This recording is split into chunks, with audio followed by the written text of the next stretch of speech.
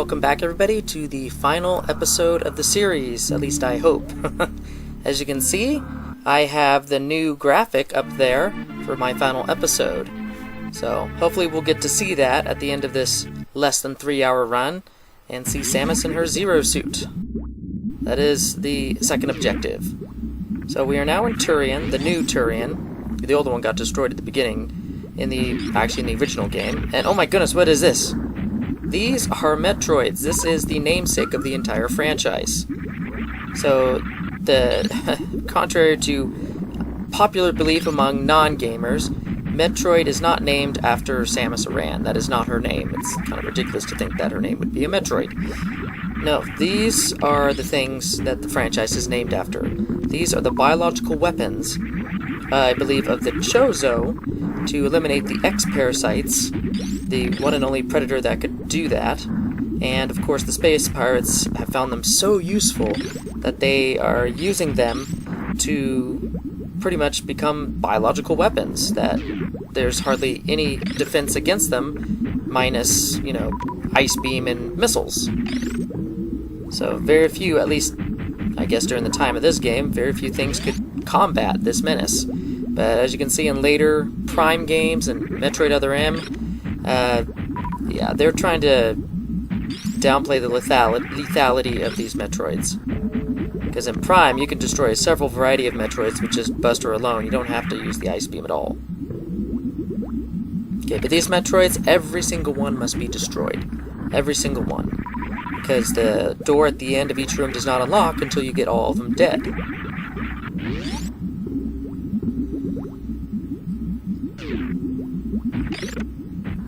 Now, supposedly there were no more Metroids after you destroyed all of them in the previous game, Metroid 2 Return of Samus, because you went to their homeworld, SR388, and killed every single last one of them, except for, of course, the final Metroid, the baby, that latched onto as if it was its mother. So supposedly all these Metroids were created based off... Get off of me! Thank you! Created off of the baby Metroid's DNA. So these are all brand new clones, as it were, of your baby hatchling. And honestly... Okay, yeah, forget it. Those things can't be killed. It's an invincible enemy. And I think they did that on purpose. Oh my goodness. Well, there goes a Turizo. He's nothing but ashes and dust. Oh no. More enemies turned into ashes and dust. What could have done this? And there's that invincible enemy again. You can't kill it. Oh my gosh, look at the size of that thing! This is truly the Super Metroid. Oh, I'm getting hurt. Oh, so that's what destroyed him, and it's coming after us! Ah! Oh no! Oh, I freaked out at this point when I first played this, but it's all scripted. Because it wasn't until the warning sign of your suit that the Metroid recognized you as its mother. So it stopped before killing you and realized, oh crap, I'm attacking my own mother. And so it's very ashamed of itself, and so it runs away. It's like a little kid who's done wrong and doesn't want to deal with the consequences or the disappointment of mama. So it pretty much acts pretty similar to that. You won't be able to see it again until a little bit later. So thank goodness there's an energy recharge station here. Conveniently placed. For story purposes only, I'd imagine.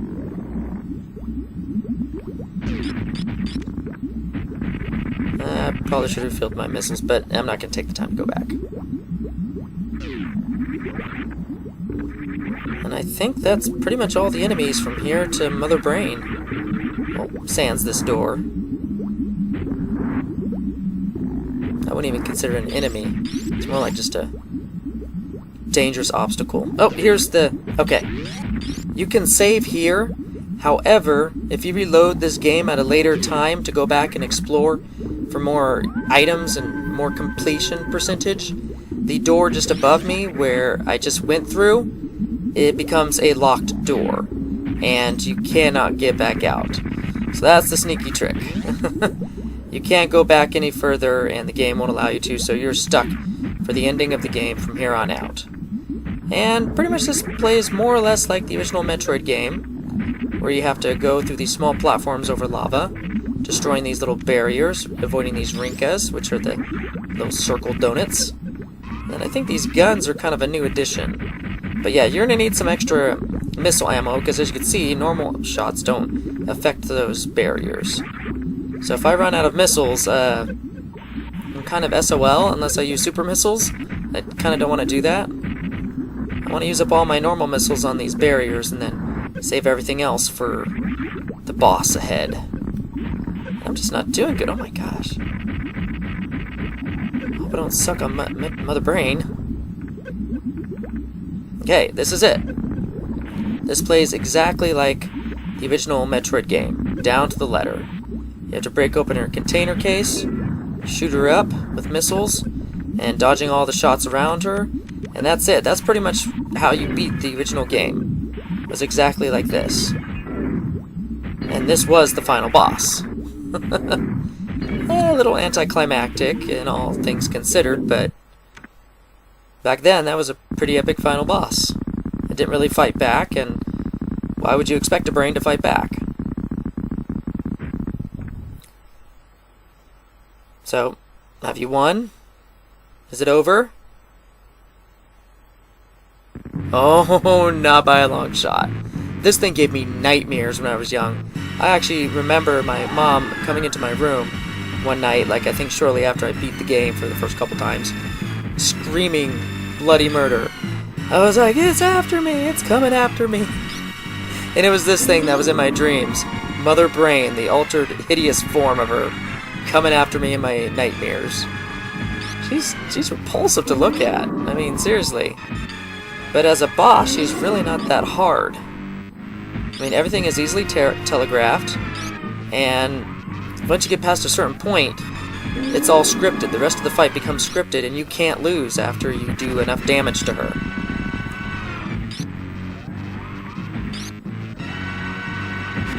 Yeah, that one doesn't have a lot of tell, but you can still dodge it if you're fast enough. Oh, here we go. Here's a super attack. What the heck is she gonna do? Oh my goodness! Oh no! This is an undodgeable attack. You cannot avoid it. Now, oh, I guess I've already done enough damage to her. Well, back in, when I first played this, there's a couple times where you can actually get up from being... Yeah, oh no, I freaked out my first time. I'm like, I'm gonna die! And then the scripting story takes over and the baby Metroid comes in and saves you. But yeah, if you hadn't done enough damage to her for the scripting to take over, she would hit you with a couple more of those unavoidable beams, and every time afterwards you could get up from the attack. If you mash the buttons very fast, you could get up and, you know, continue the battle. And then of course, after a certain point, you couldn't get up anymore. And it was a way to freak the player out, because you're like, maybe I'm not mashing the buttons hard enough. Maybe I'm just not being fast enough with pushing the A button or something. But no, you just hit the scripting story point. So you're good to go. The boss is pretty much defeated. So she took the baby Metroid took the entire energy of her laser beam and is transferring it to you in the form of health. How amazing are Metroids to be able to do something like that with pure energy. Oh no. Mother Brain had a feeling that Metroid would turn on her, so she had a fail-safe. That baby Metroid's trying to protect you now. Protect its mother. So Metroids aren't this evil animal like we all have come to believe.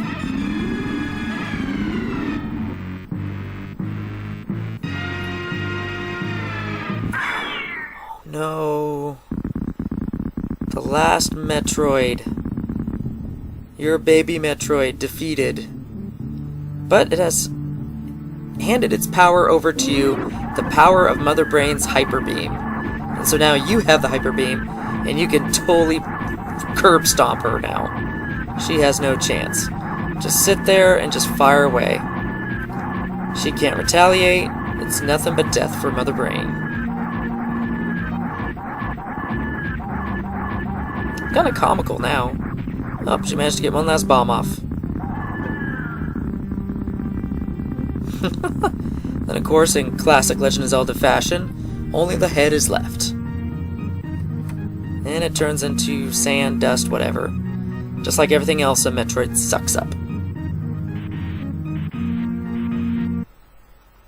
Ah! Of course! We can't have a Metroid game without an escape sequence.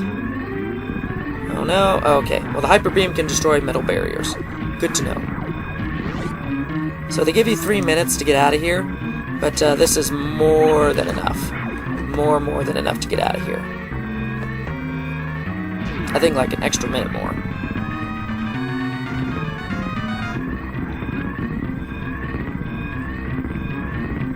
Yeah, for here it's pretty much a one-way trip. I mean, you really can't get lost. The game just kind of guides you through it. So as long as you just follow the passageways, you will find your way out of the planet. Just don't go down. You want to go up here. That might be the one thing that might confuse you. These guys, these are just fodder. You can either blow them away with the speed booster or just blast them with your hyper beam. Either way, they're not an issue. Oh gosh. The lava could be an issue though.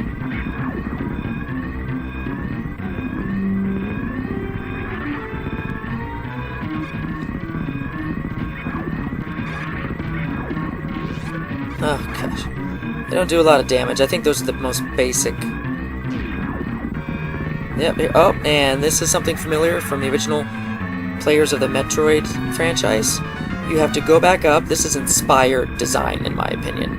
You go out of New Turian and dive right into Old Turian to go back up the escape shaft that you had to escape Turian from in the original Metroid game. Inspired bit of level design right there. It's like nostalgia all over again. So yeah, we can easily make it to the ship within 30 seconds. So they give you an extra minute of time to play with. And we're going to use that time to rescue some buddies that we have never seen before in this play run. Now, if we went off the beaten path, that path I chose, and explored more of Brinstar, we would have found these creatures. But they are trapped here, inexplicably. The wall jumpers and the speed booster dash. They're stuck there. I don't know how they got from Brinstar to here, who knows. Apparently they can pilot ships. As according to Metroid Fusion, they can pilot ships with whatever hands, I don't know. But you need to blow out the right wall and give them a chance to escape.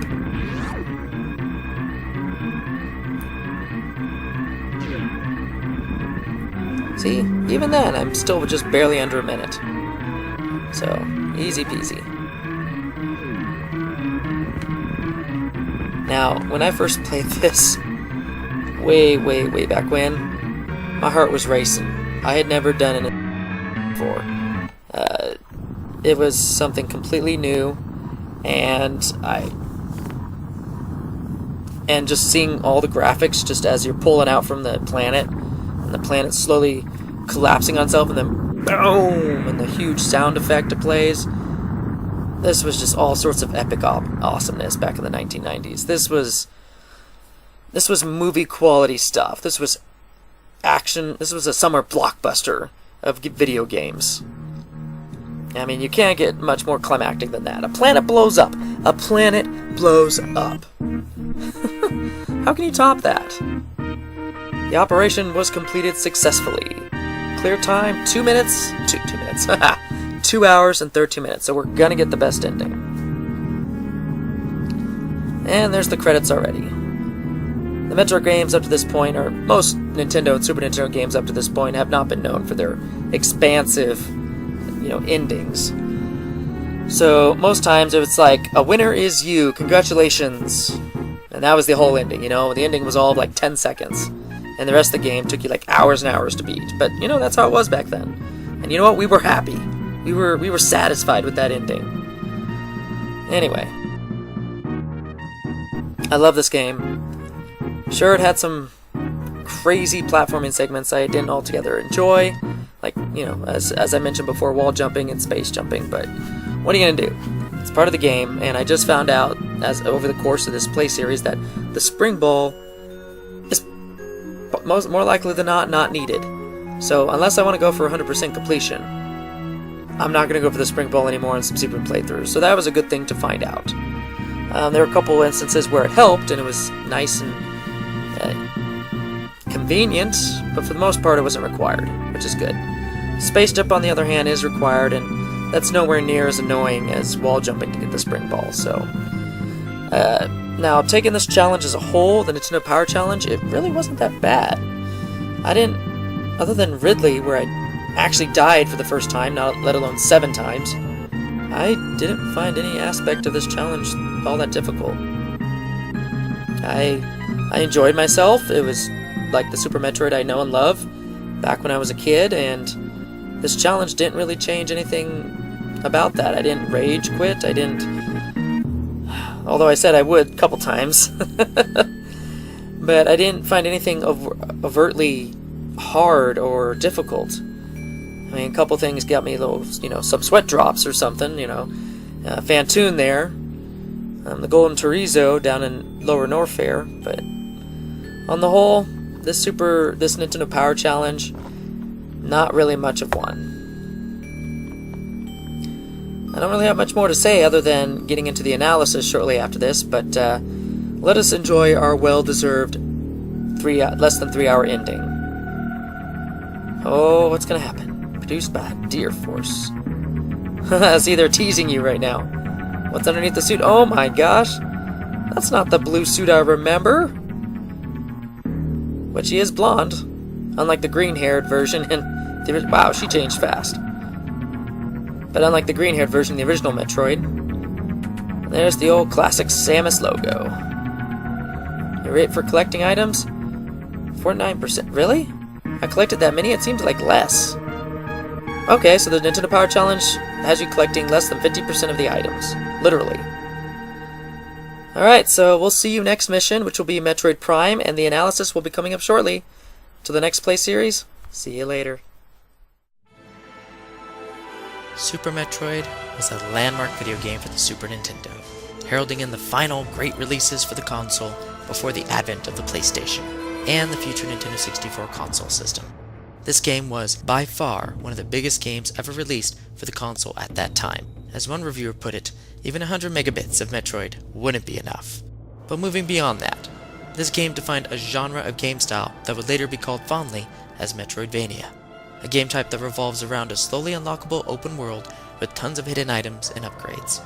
This game brought Samus Aran to the forefront of American audiences in a way that the first 2 games did not. Despite its flaws and some irritating sections involving a few item upgrades, Spring Ball, I'm looking at you, this game still holds a fond place in my heart, and I will always treasure my time playing this game every time I come back to it in the future. On to the actual challenge analysis. This Nintendo Power item objective list, printed at the back of the strategy guide, was not actually anything that hard or difficult. In actuality, you acquire almost half the items present in the game while completing it, which was not what I was expecting. I honestly had no trouble at all with the game up until Fantoon, who gave me my first surprise scare of what was almost my first death. Barring that, it was free sailing all the way to Lower Norfair, where Ridley turned up the heat and killed me no less than 7 times before I finally managed to eke out a victory with him. He was a tough customer indeed, and was actually the only boss worth mentioning with regards to this challenge. There was no real strategies to face him with, and your limited ammo and health stores was working against you in that battle. It was a long day of recording for me, and he upped the difficulty factor by about at least 2. If he had broken the double-digit death threshold, it probably would have been more. Given everything else into account, this actually wasn't a bad challenge. Granted, I had a lot of prior experience going into this challenge and thus had an advantage when attempting it. But taken from a viewpoint of a newcomer who has never mastered the game, I'd say an extra point of difficulty is in order, since it is a brutally hard Metroid game otherwise. So tallying out my score, I give the official Nintendo Power Challenge a 4 out of 10. It's a fairly low score, I'll admit, but I honestly wasn't sweating that bad and only Ridley gave me trouble. So I feel it's an honest score, and there are far worse challenges for this game out there. So Nintendo Power, you failed this one. I beat the challenge you laid down. So to update the tally, we have Retro Challenge Gamer 12 and Video Games 3. So now that this game is finally finished, I can move on to the real gems I've been wanting to LP for quite a while now, the Metroid Prime series. have no idea when I'll get around to it, but know that it is coming, and I'm thinking hard of ideas how to challenge myself with it. So, getting to the actual format of the videos is the addition of the webcam to see my reactions as I'm playing the game. Is it a good thing? Is it a bad thing? Do you hate it? Do you love it? Do you just don't care? Just put your comments down below and we'll see if we can see more of my ugly mug in the future. Until the next play series, see y'all later.